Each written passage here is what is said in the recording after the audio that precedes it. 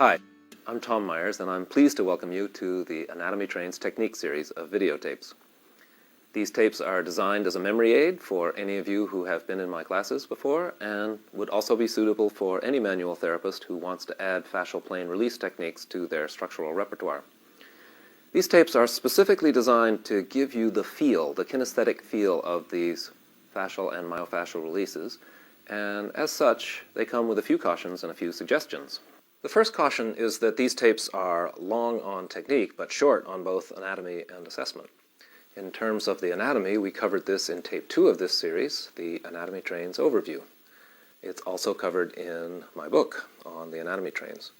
Well, if you don't have either of those, you can follow along with a good anatomy atlas of your choice. Though we will do a little bit of assessment with each tape, the judgment of when to use each of these techniques is really left to you. You can get more help with the assessment in the Anatomy Trains book, again, or in tapes 3, 4, and 5 of this series, or by attending any of a number of structurally oriented classes, such as those we offer at our Kinesis School.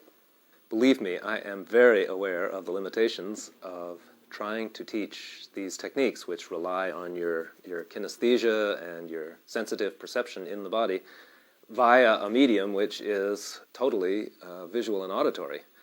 To ease this, we have created a kind of classroom situation in which you'll see me demonstrate the techniques, but you'll also see a student imitating the techniques, and the client comments on how we get there. I think this will make it easier for you to recreate the feeling of these techniques. Though we will be showing you the techniques in some detail, we're not interested in your slavishly imitating them exactly as they are on the video. These are, call them templates for techniques. They can be applied in different ways to suit particular clients and particular problems. Once you get the feel of the technique, you can work creatively with it to apply it in many different ways. And we hope that's what you'll do based on what you see here. For ease of learning, we're going to start at one end and work our way up to the other. In practice, this may be the way that you work. It's an okay way to work, but it's certainly not the only way to work by any means. You might start with an area that is particularly held or particularly tight or short, and work out along the line and in both directions from there, and then return to this difficult area toward the end of the session. So what we're going to show is a way, but not the way, of approaching this myofascial meridian. We hope that you enjoy and learn from these videos. Of course, we'd love to see you in a class also, since the learning is often better face-to-face and hand-to-hand. But let's see what we can do with this electronic medium.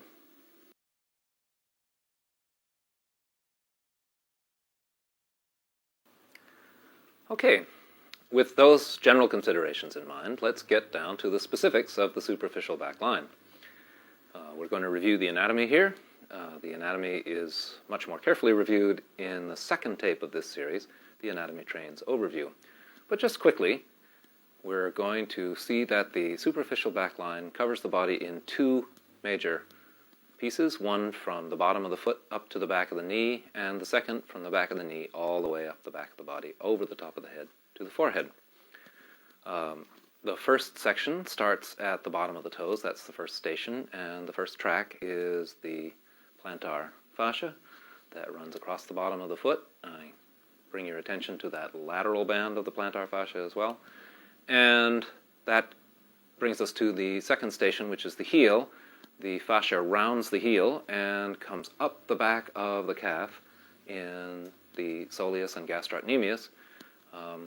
The tendons of the gastrocnemius at the top intertwine with the bottom tendons of the hamstrings. And the hamstrings are the next track, which carry us right up the back of the thigh, of course, to the ischial tuberosity.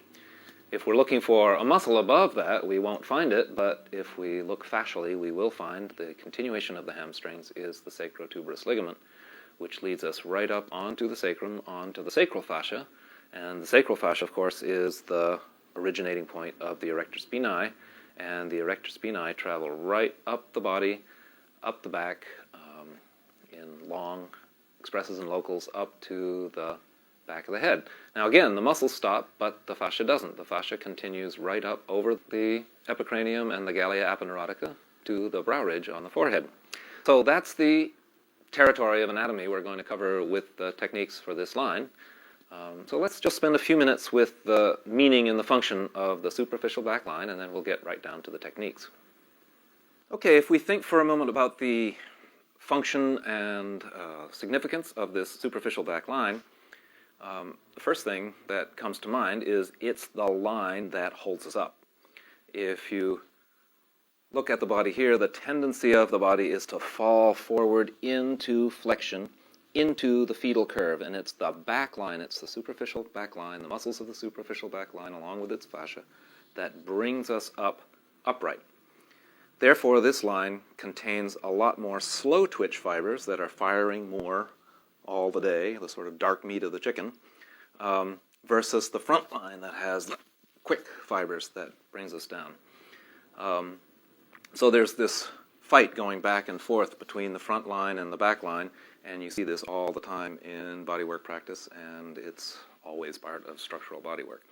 But if you look at what happens when the body gets brought up in this way, the body starts in a fetal position with a fetal primary curve. And you can see that primary curve going right through the spine.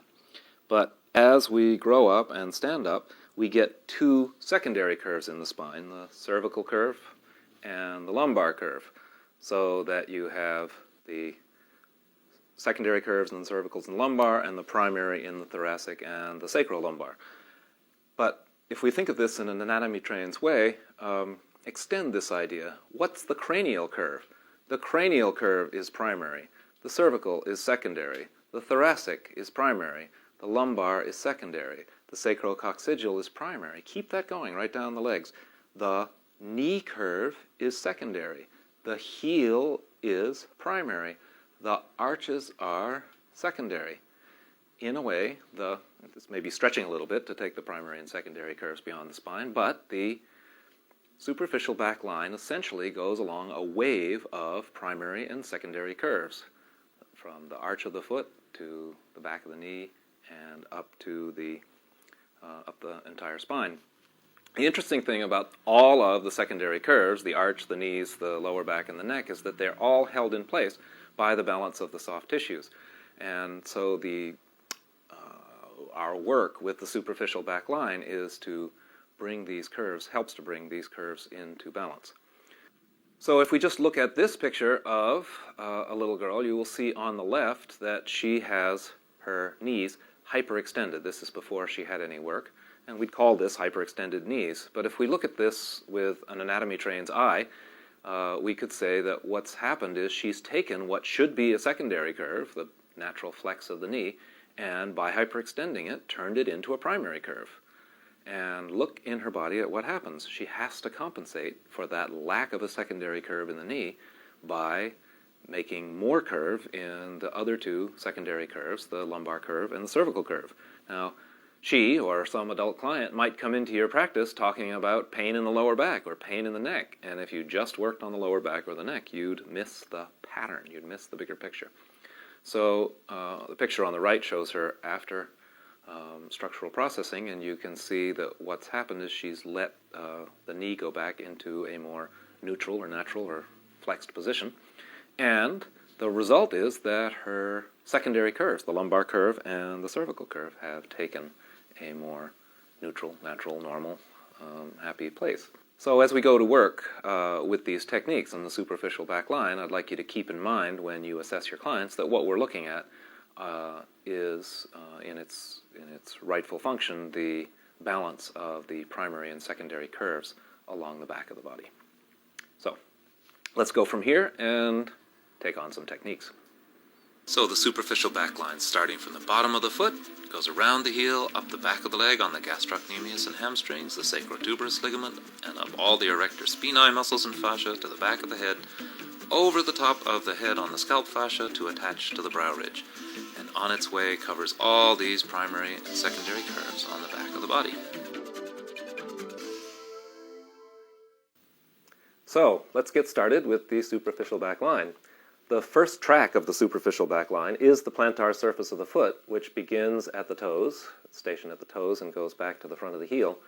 And if you look at the bottom of the foot in structural terms, you'll see that there are three main points of support: the heel and the ball of the fifth metatarsal and the ball of the first metatarsal, which creates a triangle under the foot.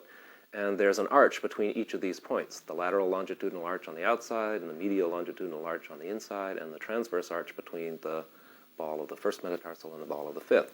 So our first work on the bottom of the foot is to open up each of the sides of the triangle here to help make the arches pliable and strong. Hi, so we're looking now at Kim's athletic and nursely foot, and it's got a nice high arch to it. And here's the heel and the ball of the fifth metatarsal and the ball of the first metatarsal. So we're going to work particularly along this outside edge. I've taken a little lotion so that I won't skitter across this tissue on the bottom.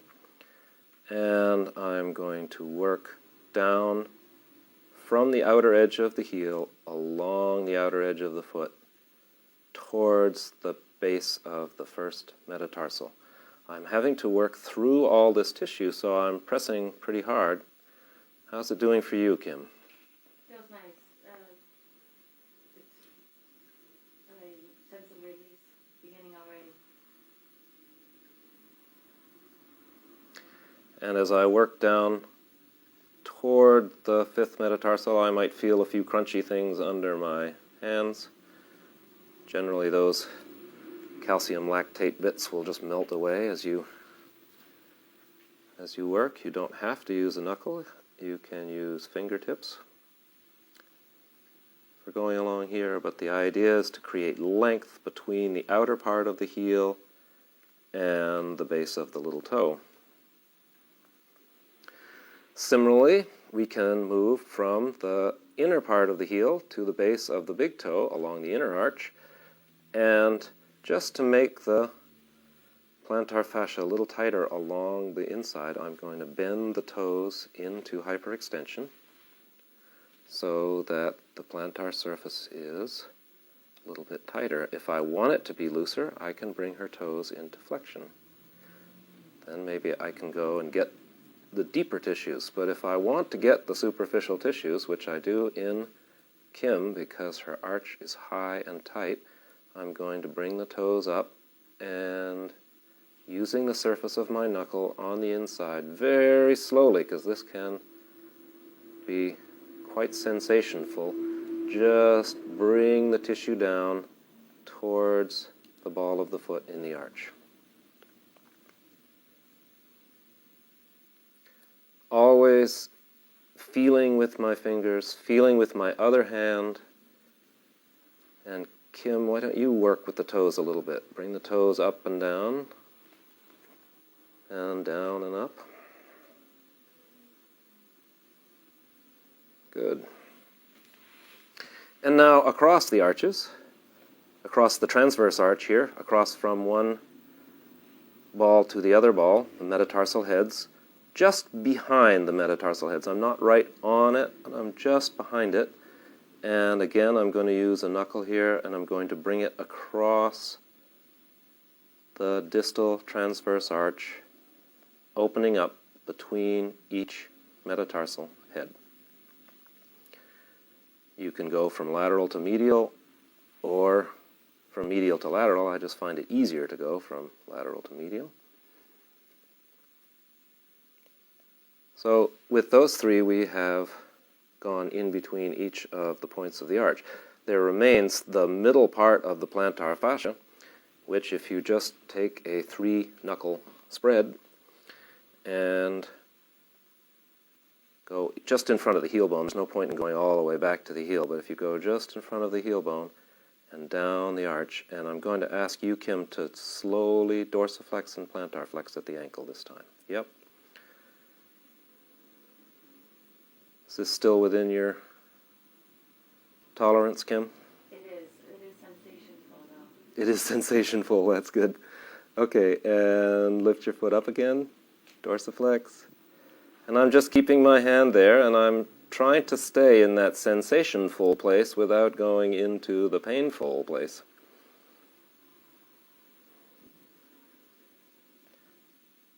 but the bottom of the feet are very sensitive and very tough, so it's a conundrum of a place to work. How do you get through that toughness without creating too much on the sensitivity realm? But you can see that the foot has some nice mobility in it now. That's good. Now let's let Jeanette try. So now let's see how Jeanette does with these techniques. And Kim, you can tell us what Jeanette's doing compared to what I was doing. So go ahead and start down the outside edge of the foot there. With two Yeah. knuckles? Yeah, if that's what's comfortable for you, that's. And am I going in pretty deeply, or? You're going in pretty deeply, and Kim will tell you when you're getting towards that deepness. The only thing that I would recommend is just bring her foot a little bit into dorsiflexion as you do it. Can you feel the tissue moving in front of you? That's one of the. Yeah, I can now. It's a little thick. Yeah, it's more thick. towards the heel, but. But you can feel it now. Yep. How's the pressure on that, Kim? The pressure's good. I can feel the tissue moving as well. Good, and you'll carry that right on down to the ball of the little toe. Some sensitivity in that area there. Yeah, I could feel that. Mm-hmm. Do you want me to Good. lighten up? It's okay. It's right on the line. And you'll feel that you just kind of run out. There, yep. Right there Yep. at a certain point. Yep. Okay, good. Try that down the inside of the foot. And am I using my right hand for that as well? Or? Try using your left hand. Okay. Build you up a little bit. All right, and can I use 2 fingers? You can use 2 fingers. Okay.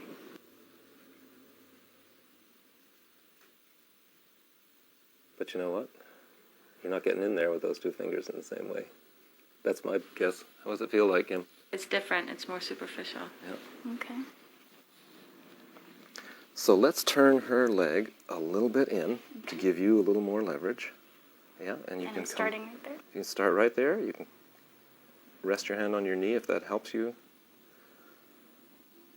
Good. How's that, Kim? Much different. Yeah. You're in Does there. it feel much- better? Yeah, I Yeah. feel like I'm going in much Okay, deeper. now Kim, begin to move your toes back and forth. May you feel the change in the tonus as she Oh, does yeah. that? Yeah. That will help keep you in the right place if she keeps moving. Great. And again, you'll find a place where you just run off the end. Nope, right there. Good. Okay. How was the pressure on that, Kim? That was good.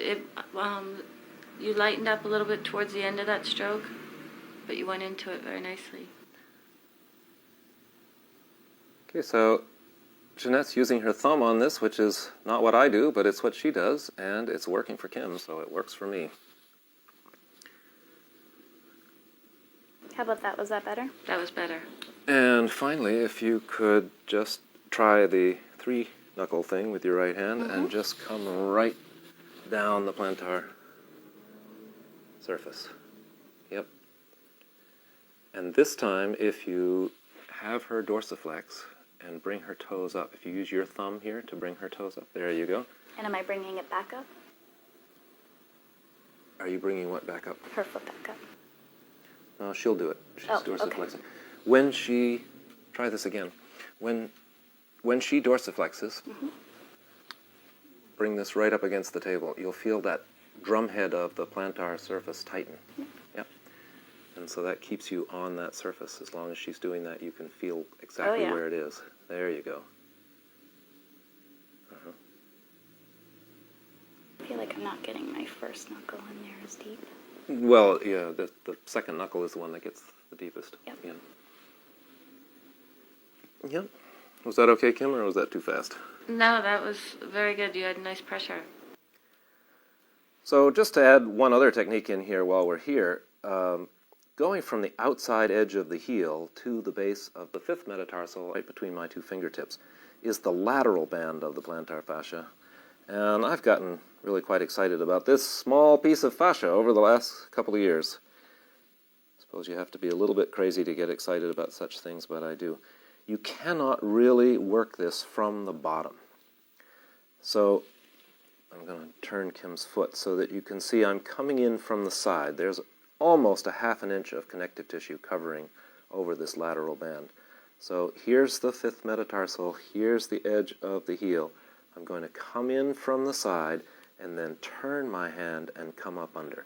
That's different from coming up through the bottom of the foot. I come from the side and then come up under the plantar fascia. And Kim, can you feel the difference when I Yes. Big contact this difference. piece? And then by bringing my elbow up, I move my fingertips down to get this. Just from the outside edge of the heel to the fifth metatarsal. That's all there should and could be for this piece. You can also do it with a knuckle by coming in from the side and then turning under so that you come up under this small piece. And you can see how slowly I'm working it because it's a tough piece of gristle. And we're opening it up. This is very valuable in people who have a fallen medial arch. Even though you're working on the lateral arch, it's going to help people with a fallen medial arch. And many, many people where you see that the little toe and the heel are too close together could use some lengthening in this lateral band of the plantar fascia. So now let's go on to the lower leg. The next track of the superficial back line includes the gastrocnemius and soleus here on the back of the calf. And since the tendency of the superficial back line is to hike up, we're going to bring it down.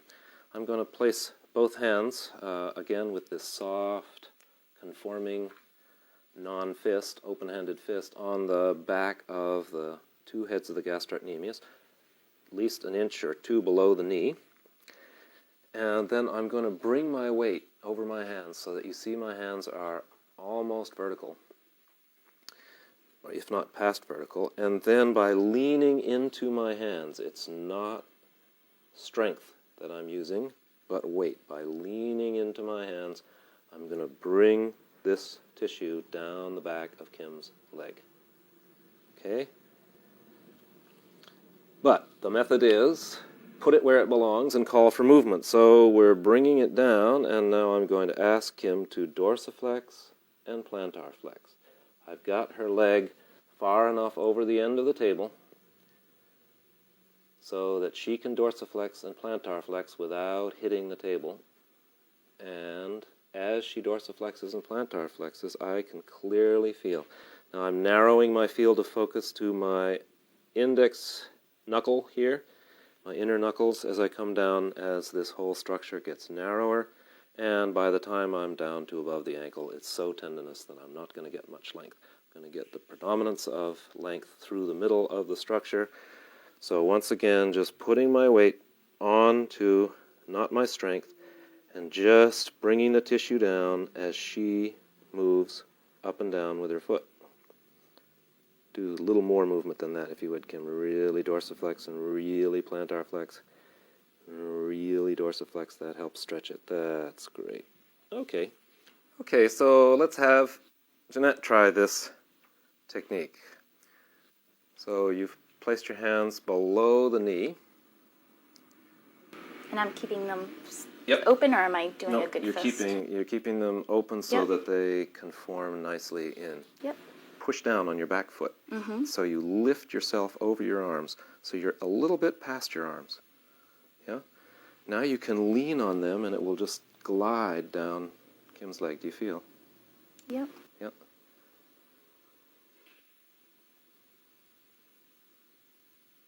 It's great. Now, what have you forgotten? She's got to move. So, Oh, that's right. She's got a dorsiflex. dorsiflex and plantar flex. Yep. Okay. So just for once, try it with leaning back. Okay. Now try bringing your hands down with that same kind of pressure. Leaning back. Yeah. You see how you have to work very hard? Oh, yeah. I So- can't even get in there. Right. So if you get yourself a little bit above, and then, yeah, let your... Is it okay for my knee to be against the table? It like sure this, or is. should- Okay. Sure is. Yeah. And just let your heart go into your hands. If you'll forgive my new ageisms, but let your chest sink onto your hands a little bit. That will give you more weight. And are you moving? Oh, that's right. You get a dorsiflex for me I again. am now.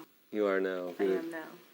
Okay, so from the lower leg, the next track is the upper leg, the hamstrings, going from the back of the knee up to the ischial tuberosity. We're going to show one technique here that I'm sure you have a lot of techniques for working the hamstrings. It's bringing an elbow or a hand down the hamstrings is not that imaginative, so I wanted to show you a few other things that might be new to your lexicon of working. So I've taken Kim's leg and I've bent it 90 degrees, and I'm going to support it somehow on my belly or my chest, or I could ask her to support it.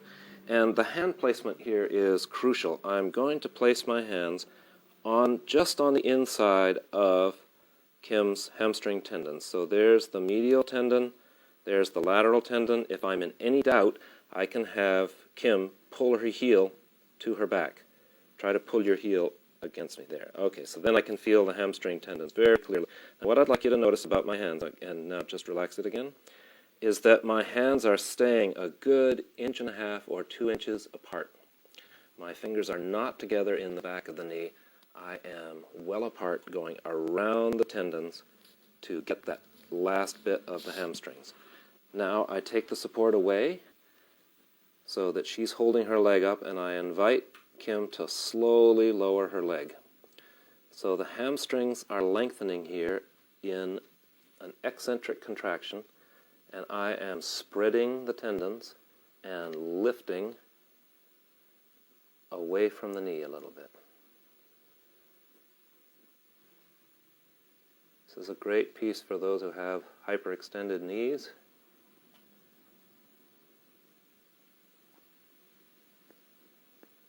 And you'll see that I end up on the outsides of the hamstrings, having gone over. Let's just see that once again. Placing the knee, going just inside the tendons. Please do not poke your fingers straight in behind the knee. So my fingers come in and then they turn out again. So I'm hooking the tendons, coming out, and then Kim slowly lowers the leg. How's that doing for you, Kim? Is that It's wonderful. within the realm of tolerance? Most definitely. Okay, good. So I'm holding the tendons, and I'm holding them quite strongly, but I am not pressing really hard. And now I've just gone outside, and I get the ends of these hamstrings as she straightens the knee. And so we both finish up together. She's down on the table, and I'm on the outside of the hip. Okay, so Jeanette, support her, the ball of her foot on your tummy or something. And lean over. That's fine. Just enough to support it so it doesn't fall over. And find the tendons of the hamstrings. Yep. And slide your hands inside as if you were hooking around them. Okay. Okay. And then I let go of her foot. Kim, is that the same place? That is the same place. She got it? Okay. She did. So again, with your weight, you're going to keep that same pressure. You're going to take the support off of her, and you're going to encourage Kim now to slowly lower her leg back down to the table. As I'm pulling the tendon. You're pulling the tendons wide, and you're scooping them up a little bit. That's it. There you go. Yep.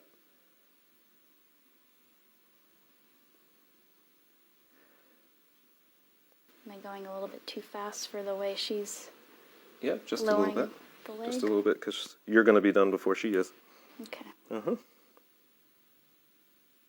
This hand felt a little awkward to me. Okay, so let's just try it one more time. Okay. And you want to get inside those tendons, yep. Okay, and then I want to get in them and then pull out. Yep, and push down towards the table. Yeah, there you Okay. go. Yep. Good. Now, emphasize as you take the support away and she begins to lower her leg. Yep. Can you lower your leg, Kim? Yeah. Certainly. Your main thing for the first part is just to stay there. You don't have to do anything. She's stretching out from under you. Yeah, I can feel that. You feel that Yep. stretching away from you. So then, as that proceeds, then you begin to turn your hands out along the tendons. Ooh, that one feels really tight.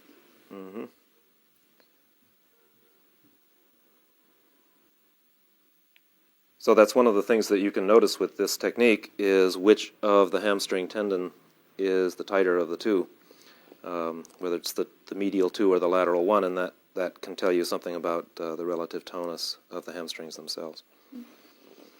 All right, let's go on to another technique about the hamstrings. One of the things about the hamstrings is that they often work as a group when you're running, but when you're skiing or water skiing or doing anything that involves a side-to-side movement of the body, they work differentially.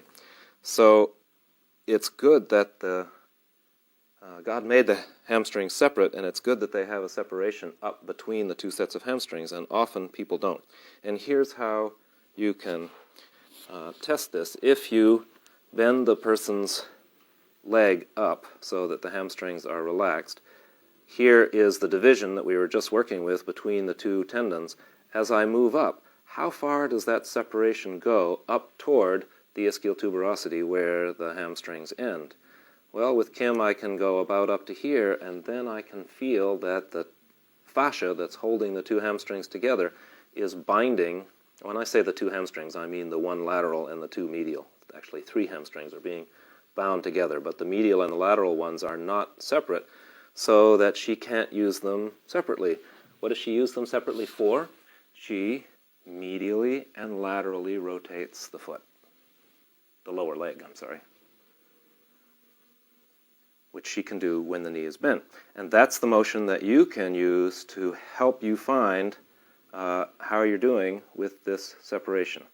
So now I'm going to ask Kim to leave her foot cocked at 90 degrees, her knee flexed, and I'm going to let my fingers, all 6 of them, sink into this division between the hamstrings. So my 6 fingers are all right in a row, and I let those fingers sink into the 2 hamstrings, and then I'm going to go up and down, and like a hot knife through butter, let myself melt down through these layers of connective tissue between the hamstrings. And I might move up a little bit and let it sink down through also. Now, at the same time, I'm going to have Kim turn your toes in towards the other foot, medially rotate the lower leg, and then laterally rotate the lower leg. And what I feel is that first she contracts the muscles on my finger nail side, and then she contracts the muscles on my finger pad side. And that tells me that I'm right in the right place if I feel the muscles contracting first on one side, then on the other side of my hand. And I can just keep sinking through here to help the hamstrings have that separate function. And when I'm done, she can just put the leg down. Okay, Jeanette, you try this. So find right down near the knee, find the valley. Very easily, right? Yep. Okay, so follow that up to where you feel it isn't happening. Kim keeps her leg up. Yeah, right here. Right there, okay. So putting one leg a little bit back so that you can use that, let your weight fall through your hands into the leg, and let that melt down into the tissue while Kim really medially rotates her lower leg, and really laterally rotates it, and really turn it in, and really turn it out. Does that feel similar, Kim? Yes, it does. Should my fingers be more at an angle like this, or should I be over her body? You should be over her body, and your fingers are going pretty much straight down. Straight down? Straight down for the femur, yep. That's it. Good. There's more depth with that movement. Yep, that's fine. So before we leave the leg and go to the back, let's look at one last structure along this superficial back line in the leg, which is the sacrotuberous ligament. Here, just here, is the ischial tuberosity, and right up here is the corner of the sacrum, and running between them, if you feel right along here, you'll feel a hard bone-like bit at the edge of the gluteus maximus, which is the sacrotuberous ligament. Now, I'm not suggesting that you try to loosen the sacrotuberous ligament. That's not a good idea for the sacrum to be too loose. However, we can take the tissue that is connected to the hamstrings on the sacrotuberous ligament and just very gently, with the elbow, bring it down.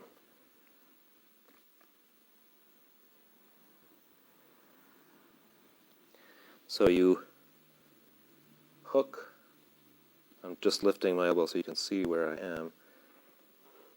You hook on that tissue and bring it down, but it's much easier to do with the flat of the elbow, and you're not trying to loosen the whole ligament, but to feed the superficial tissue down into the hamstrings.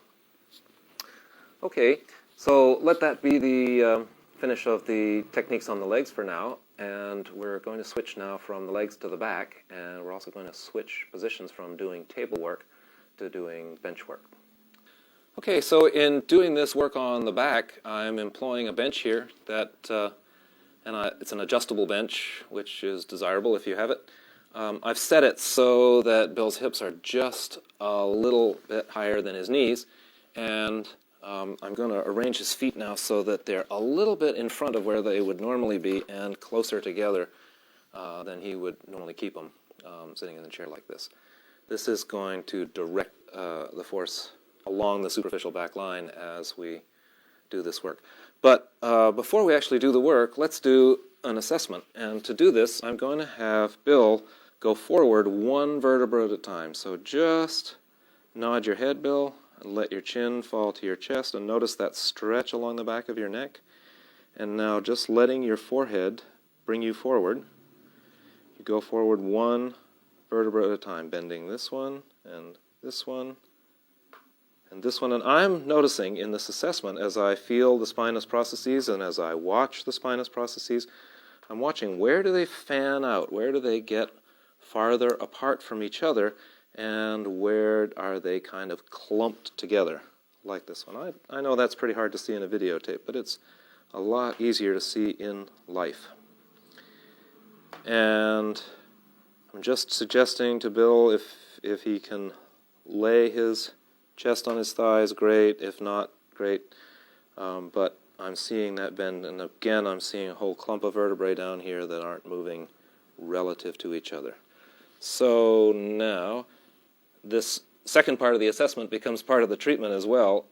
I'm going to ask Bill to just drop your tailbone towards the chair, and then your sacrum, and then L5, and stack these up like a set of checkers, one at a time, pulling from the bottom, like those little toys that have a string. You pull down on the string and the legs and arms come out. Okay, now right here he's having trouble stacking these up, so I'm just going to give a little assistance with my fingers, and coming up and stacking these up. Good. Okay, and then we got to there and he jumped to here. So, and if he'd continued with that, his head would have come up to here, which, as you can see, would have put his head in front of his body. We'd like to see his head come up on top of his body. So how can we help that?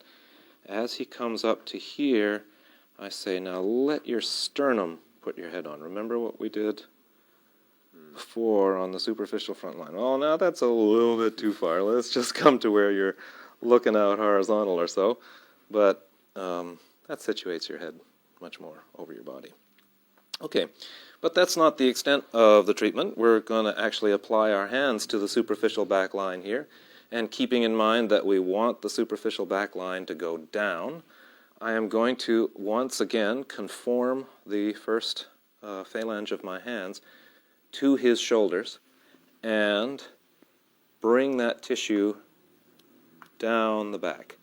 Now, Bill, you're going to do the same thing. Let your chin drop and begin to let the weight of your forehead carry you forward.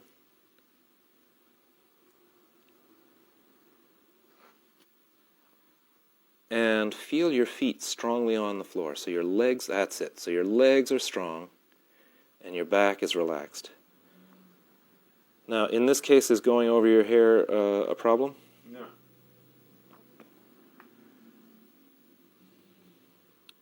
I don't know why, but going up that sensitive front is always more of a problem with hair than coming down the back. It doesn't seem to be a problem as much. So I am traveling over the skin, and if you see now, I am really putting quite a bit of weight down into his body. I'm even up on my toes to do it, but I am not working. Can you stay there for a minute, Bill? Would that be all right?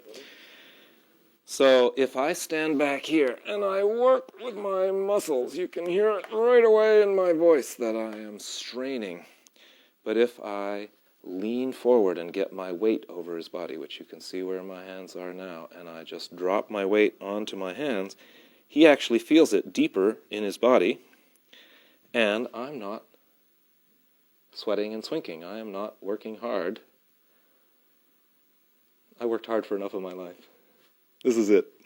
I'm going lazy. So, no, the point is not to be lazy. The point is to be sensitive, and if you're using your weight, you can be sensitive. Okay, now Bill, come on back up. And again, we're stacking this up. And we find those little guys. Don't go too far ahead here. We'll just find these little guys, and we'll let them come forward as you stack up. Let them... That's it. Arch just a little bit right in there. Good.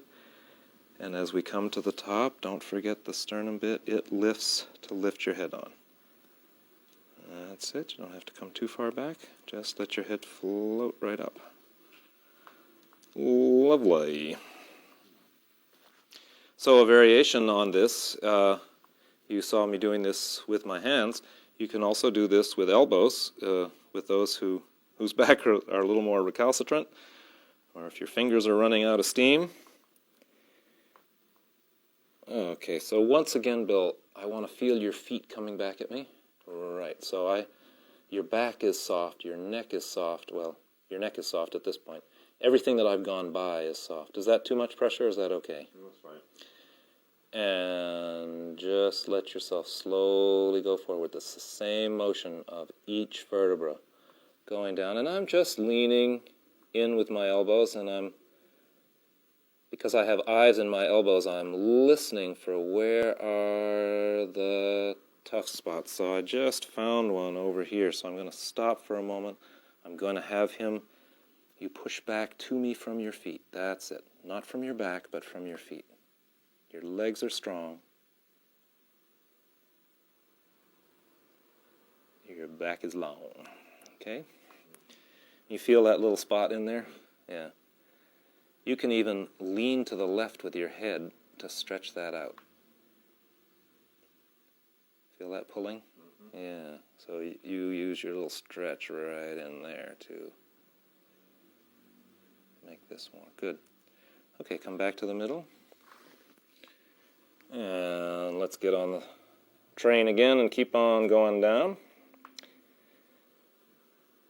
Let your head relax, just vertebra by vertebra going down. And you'll notice that I'm not on the point of my elbow. I was working with the point of my elbow a minute ago to get that particular spot. But now I'm working with the flat of my elbow. So I'm covering quite a bit of area in his back. So even though I'm leaning into him with a good deal of my body weight, I don't think it's hurting him because it's distributed out over a fairly wide space. And I can carry that in people who don't have, if somebody feels pain when they're doing this, and you don't want to put a lot of pressure on their lower back, but if they are not and the low back is strong, you can go right on down to the sacrum with this move.